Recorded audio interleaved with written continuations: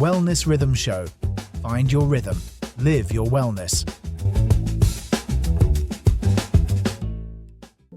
Y'all, I had the most unsettling conversation with my mom last month. She's 67, sharp as a tack, and she looks at me and goes, "Emma, I don't want to just live long. I want to feel good while I'm doing it." And I thought, that is exactly the thing nobody talks about enough. Right. And that distinction is actually the entire premise of modern longevity science. It's not about adding years to your life, it's about adding life to your years. There's a term researchers use, healthspan, and it is genuinely different from lifespan. Healthspan, I love that word. So today we are digging into what longevity science actually says you can do. Not someday, not when you have a fancy biohacker budget, but today in your real life. And some of what we found genuinely surprised me, which for a skeptic is saying something. Okay, so let's just set the table here. When people hear longevity science, they probably picture, I don't know, Silicon Valley billionaires injecting young blood or something. Not entirely unfair, but the serious science has moved well past the fringe. Researchers like Dr. David Sinclair at Harvard and institutions like the Buck Institute for Research on Aging are publishing rigorous work on what actually moves the needle. And it's not all extreme, that's what got me. So let's start at the beginning. What is longevity science in plain terms? Right, here's what I've learned. At its core, it's the study of why we age and what biological processes we can influence to stay healthier longer. One of the leading frameworks is the hallmarks of aging, identified by researchers Lopez Otin and colleagues in a landmark 2013 paper in the journal Cell. Okay, hallmarks. Like the things that are actually going wrong in our cells as we get older? Exactly. Things like cellular inflammation, mitochondrial dysfunction, loss of protein balance. Sounds alarming, but here's the key. Many of these processes respond to lifestyle inputs meaningfully. Here's the thing, though. That's where I want people to lean in. Because we're not talking about medication or clinical interventions. We're talking about choices. Daily, doable choices. Precisely. And the research is increasingly pointing to a handful of levers that matter most. Let's dig into them. First one, and this one always comes up, is movement. But not in the you need to run a marathon way. Can you break down what the science actually says? Right. So a major study published in the British Journal of Sports Medicine in 2022 found that even 150 minutes of moderate activity per week, that's about 22 minutes a day, was associated with significantly lower all-cause mortality. But here's the nuance. Strength training specifically is now getting a lot of attention. Yes, I started doing resistance training about a year ago, and honestly, I feel more capable than I did at 28. Like functionally stronger.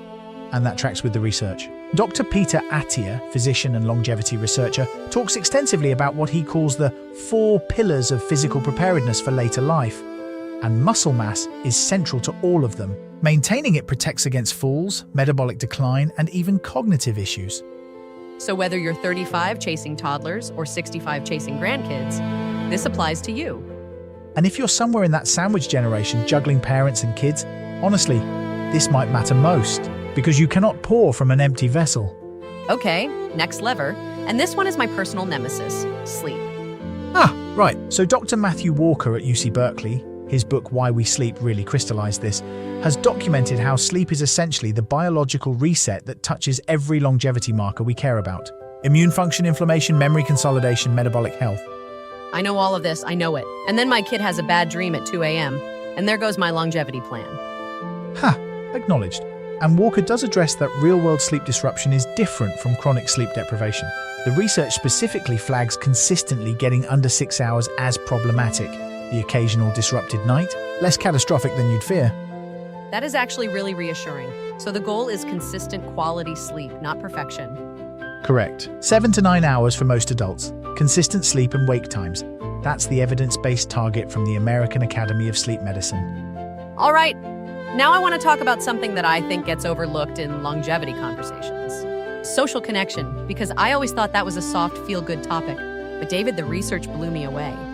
Right, this is where it gets genuinely fascinating. A landmark Harvard study, the Harvard Study of Adult Development, one of the longest-running studies of adult life ever conducted, found that the quality of relationships was the single strongest predictor of health and happiness in later life. Stronger than cholesterol levels.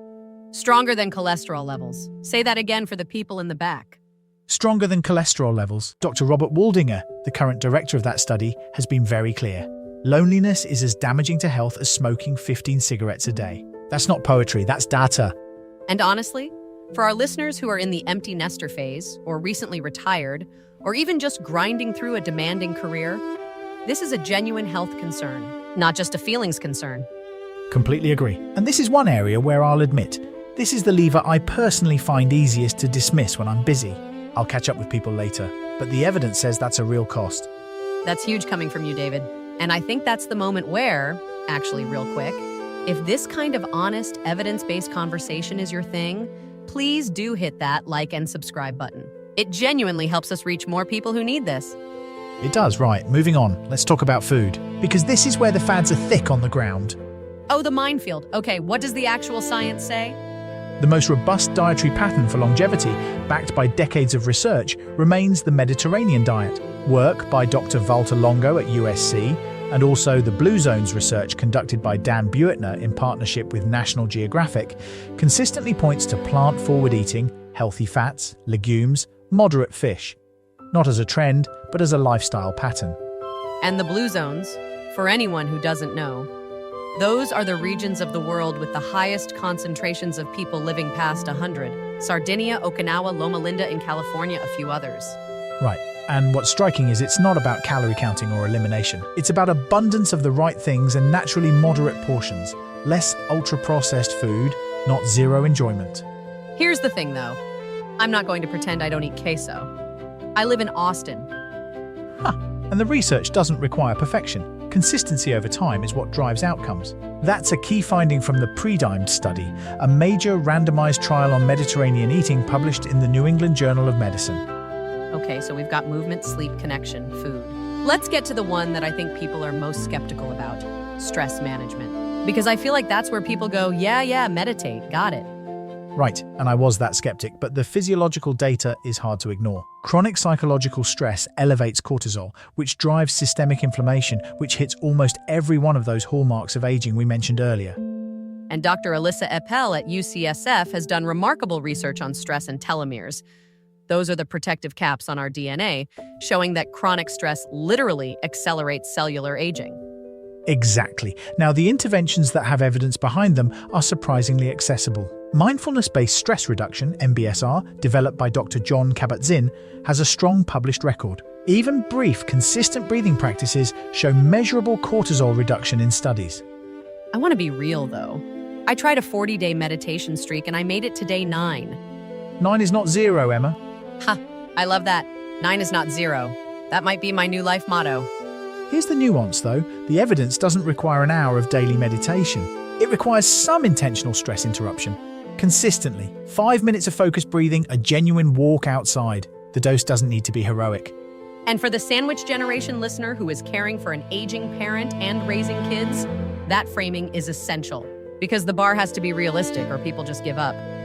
Completely. And that might be the single most important thread running through all of this. None of these levers require an extreme version of themselves to deliver meaningful benefit. Okay, so if you're pulling one thing from today, because I know life is full and brains are tired, here is what I want you to take away. Longevity is not a destination you prepare for later. It's a rhythm you build now, out of small, consistent choices across sleep, movement, connection, food, and stress. Right. And if I had to distill the research to one sentence, which pains me slightly, it would be this: the boring fundamentals, done consistently, outperform every sophisticated intervention we know of. Full stop. That is very on brand for you, David. And I mean that as the highest compliment. I'll take it. Start with one lever, just one, because 9 is not 0. Y'all, thank you so much for spending this time with us. If today's episode gave you something real to work with, please share it with someone you care about. Especially that person in your life who's wondering if it's too late to start. It is not too late, and we'll see you next time on the Wellness Rhythm Show. Take care of yourselves, sensibly. This show is part of the VoxCrea.AI system. If you want a show like this for your organization, without building it yourself, go to VoxCrea.AI and request a sample episode.